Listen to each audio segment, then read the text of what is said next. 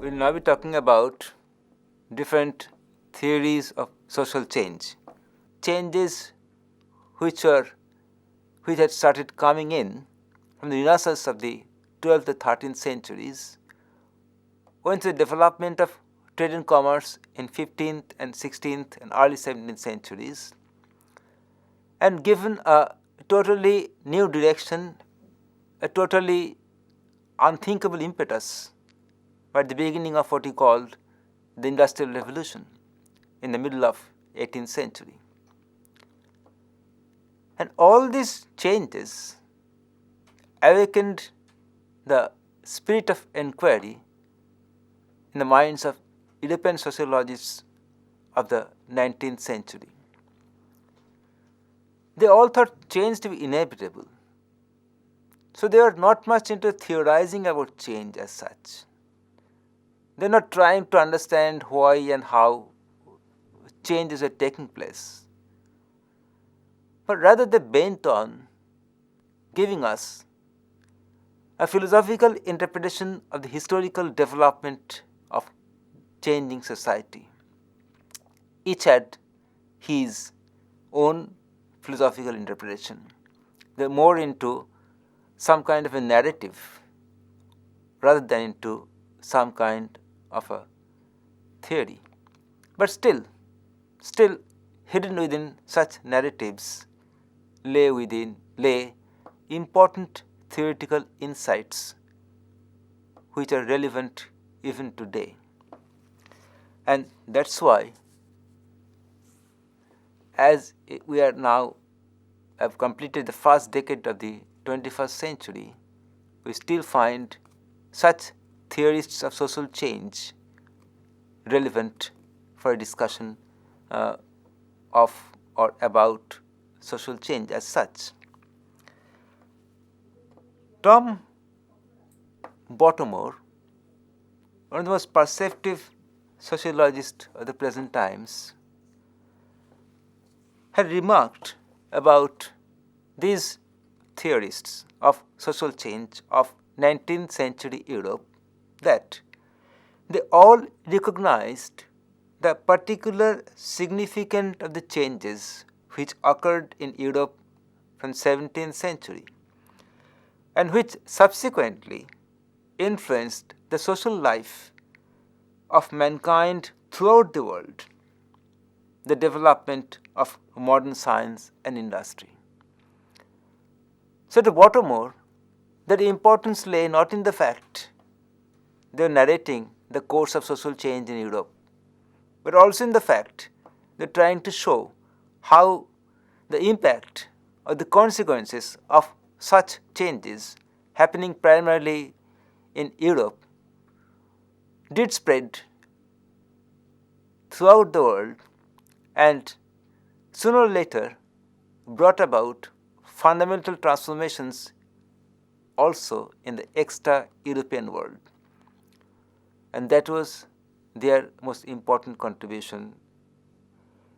Starting from Europe, they're trying to explain how changes came about throughout the world. Now, these theories can broadly be divided into two categories: linear theories and cyclical theories. The terms themselves, linear and cyclical, do tell us something about the nature of such theories, even before we go into the details of them. The linear, of course, believed in some kind of a progression from stage 1 to the final stage, some kind of a journey over time, some kind of stepping one step at a time towards a final goal, and this followed a movement towards a final goal, no backing, no turning back, no deviating, and that's why it has been labeled as a linear theory of social change. Among those who contributed to the linear theory were foremost thinkers of the 19th and early 20th century, Auguste Comte, Karl Marx, Herbert Spencer, and L.T. Hobhouse are the most important ones of them. We'll try to consider them. We'll try to consider their views separately but shortly, in a brief manner, one by one. Let's start with the French philosopher Auguste Comte. The spelling C-O-M-T-E. Auguste Comte lived between 1798 and 1857. The time does tell us a story. 1798 comes just after 1789, the French Revolution. And as Comte was growing up in post-revolutionary France, he found enough of disorder all around him to disturb his intellectual mind. He was concerned with the fact that though there are new ideas, though the monarchy had been replaced, the people have come to power, though some kind of a rudimentary republic is in place, that is all by themselves, these are all very important changes.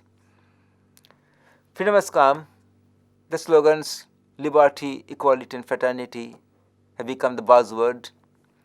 But in the face of so much of material and cultural poverty, and there was no institution to organize, to absorb, to accommodate, to institutionalize, to give a orderly shape to the new ideas coming up very fast in society. And the result was some kind of a social chaos. And that disturbed Auguste Comte.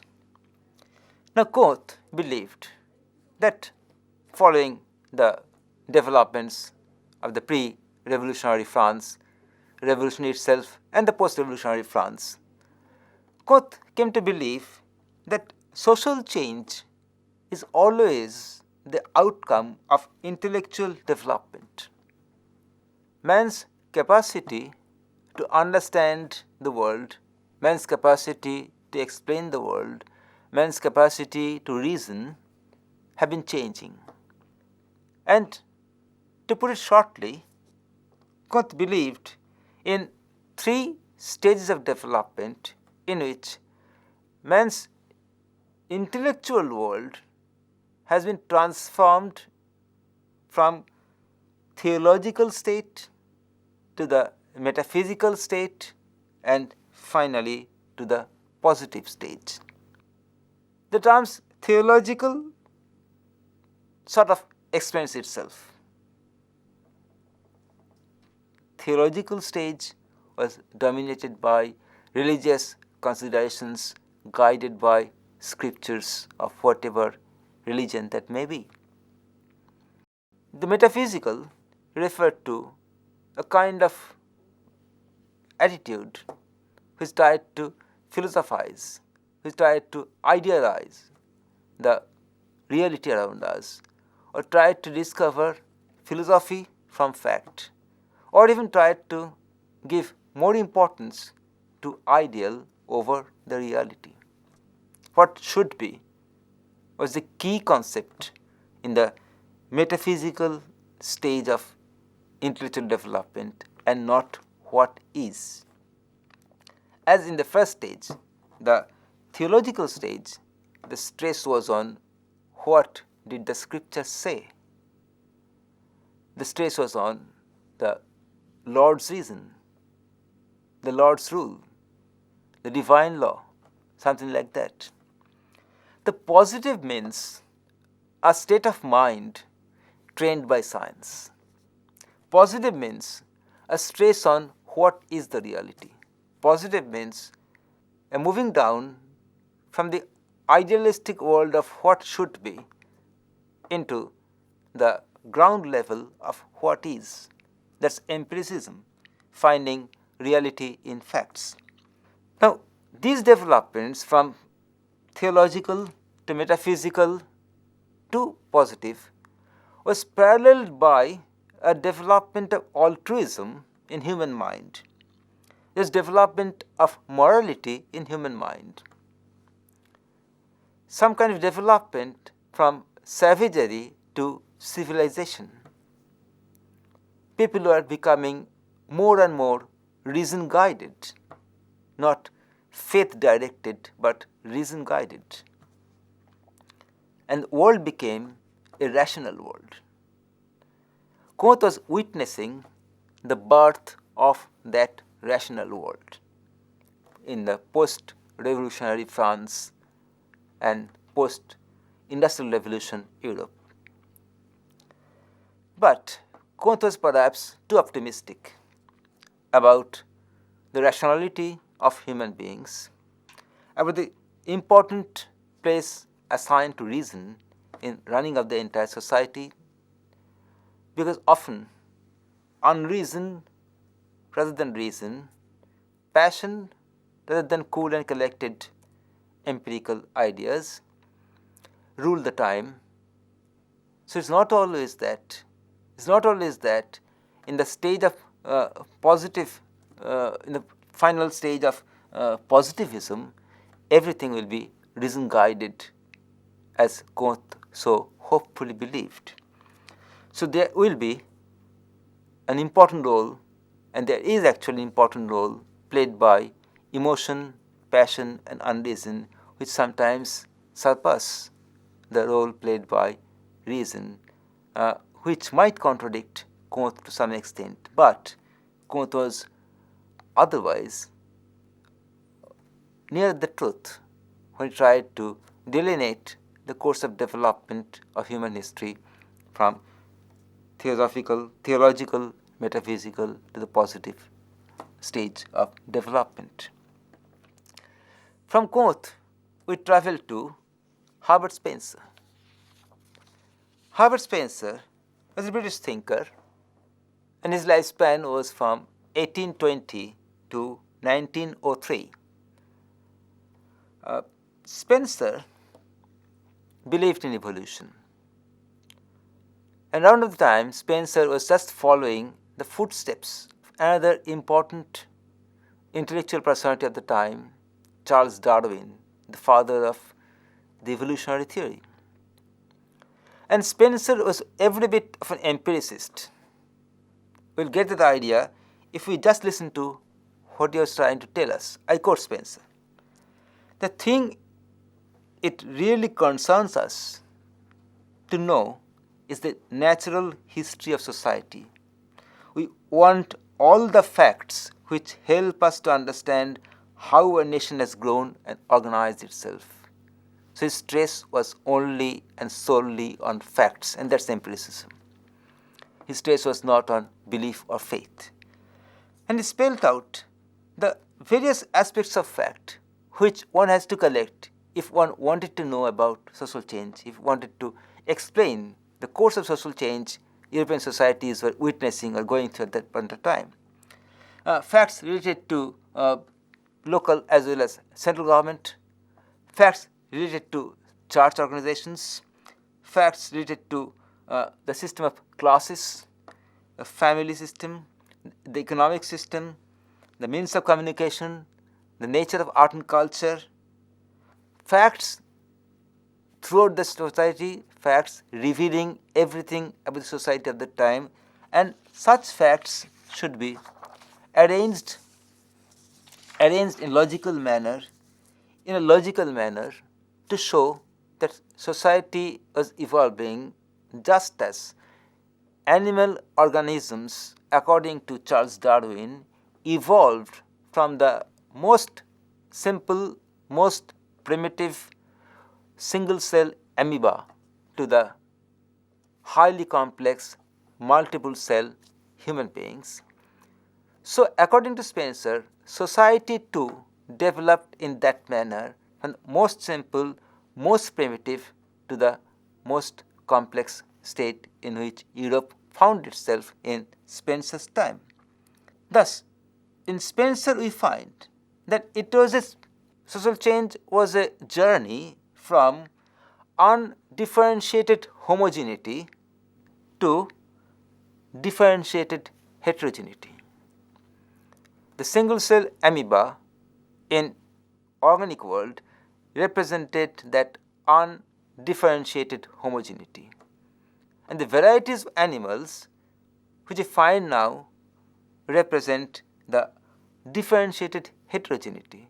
Similarly for societies, the kind of societies we found, we would have seen in such societies, in such primitive societies, that a single person was fulfilling so many roles.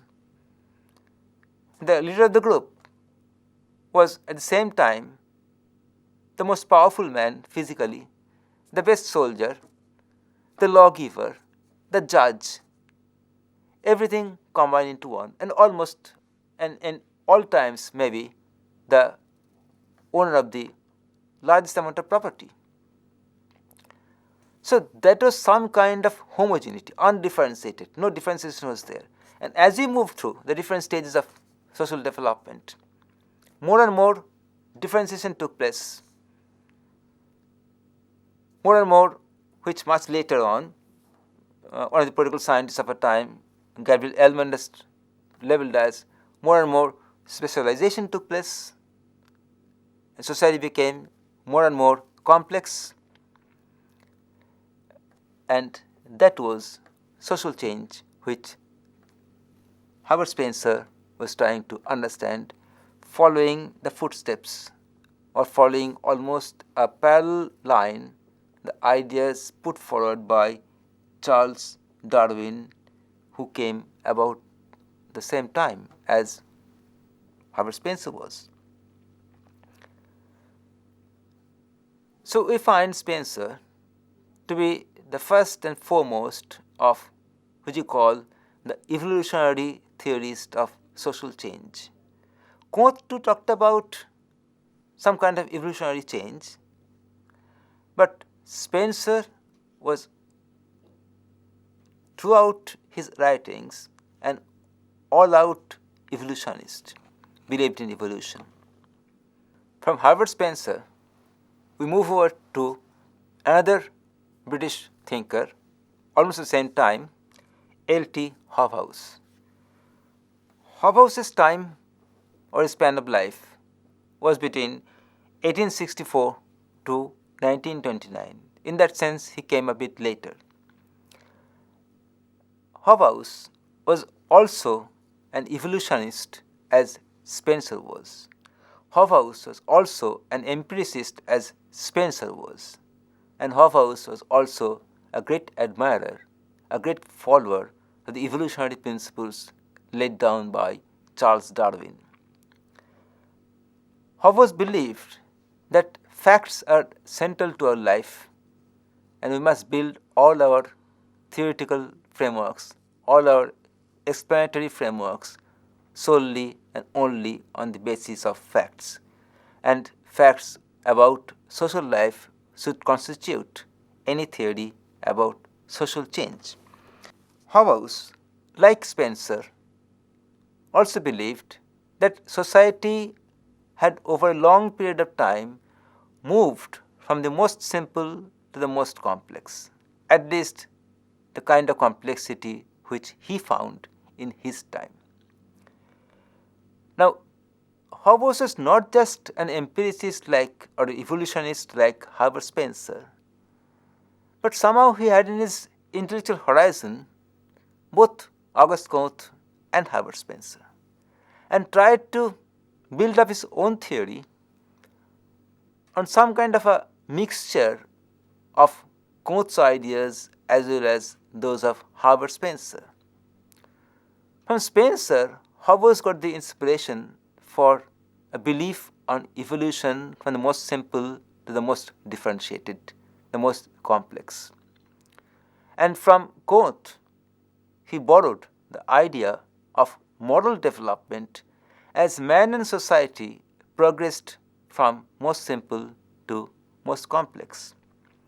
So this development was not simply in the factual or real world of our life, not simply how we cooked, how we stored our food, what kind of weapon we used, what kind of habitat we built, but at the same time, how we felt, how we thought about issues, and how we tried to put them down as our ideas. In a word, both moral and intellectual development as well as material development over a long period of time, from simple to the complex, from primitive to the modern, constituted the core of Hobhouse's ideas of social change or social development. Hobhouse differentiated 5 stages of social development, starting from pre-literate societies at the first stage and coming finally to the modern society infused with scientific and technological ideas. The we who belong to 21st century would perhaps believe 19th century to be some kind of a primitive society, and we are much more modern, much more advanced as far as our life, our thoughts are concerned. But Spencer, Comte and Hobhouse, they're all dealing with the societies in which they lived and wrote. And there, Hobhouse found in both Comte and Spencer good and very usable explanatory variables. From Comte, he took the idea of moral development of man, intellectual development of man as mankind progressed through time. From Spencer, he took the idea that we should concentrate on empirically observable, empirically verifiable facts of life, facts which change over time, and fuse them together, moral development as well as material progress, fuse them together to show how society was progressing, society was following a linear path to more and more progress to the final stage which he thought to be his society was representing.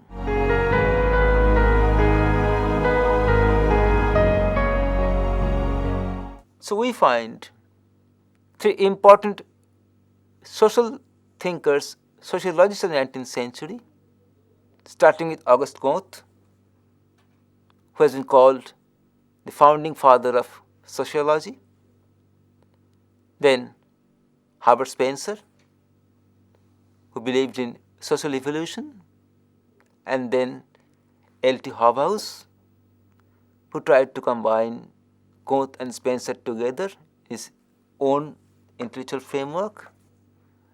3 important thinkers, each one in their own ways trying to narrate the course of changes which European societies were undergoing since the day one of its civilization, and trying to find out how and why such changes are taking place.